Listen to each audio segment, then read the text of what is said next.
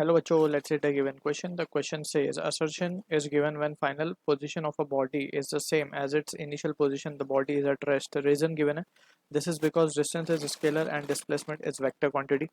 Option A given है, both assertion and the reason are correct and the reason is the correct explanation of the assertion. Option B given है, assertion and the reason are correct but the reason is not the correct explanation of the assertion. Option C, assertion is true but reason is false. Option D, assertion is false but reason is true. So इस क्वेश्चन का जो की concept we need to understand is the concept of difference between distance and displacement.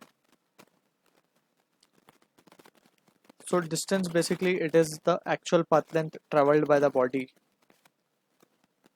Actual path length traveled by the body. Displacement की बात करें तो it is shortest distance.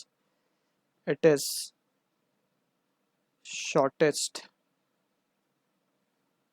distance between initial and final point. Between initial and final position. ठीक है.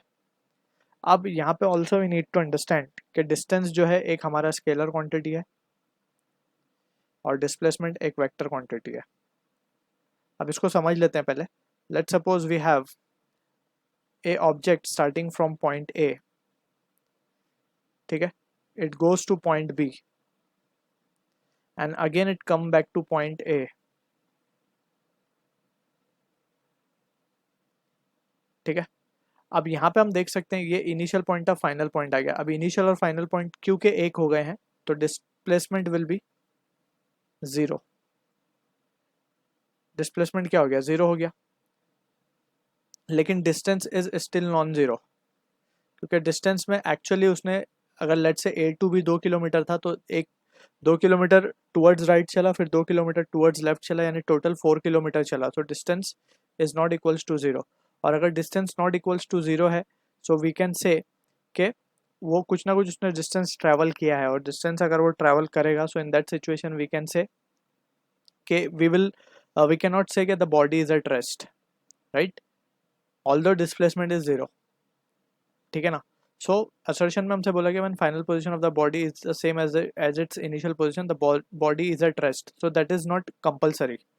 ठीक है. क्योंकि distance तो नॉन जीरो है. डिस्टेंस अगर नॉन जीरो है so we can not say कि body is at rest. So assertion जो है हमारा ट्रू हो जाएगा, असर्शन फॉल्स हो जाएगा. सॉरी. रीजन की बात करें, this is because distance is scalar. Distance तो स्केलर है basically and displacement is vector. That is true. अब हम ये भी देख सकते हैं कि स्केलर, और इससे कैसे पता चल रहा है हमें, अगर हमने टुवर्ड्स राइट को ए से बी जाते वक्त पॉजिटिव +2 माना है तो बी से वापस से इनिशियल पोजीशन की तरफ आते वक्त इट विल बी -2. जब भी +2 -2 मिल करके जीरो हुआ, जब भी तो डिस्प्लेसमेंट जीरो हुआ. सो यहाँ पर direction is important. So direction important है, जब भी इसको हम वेक्टर क्वांटिटी बोल रहे हैं.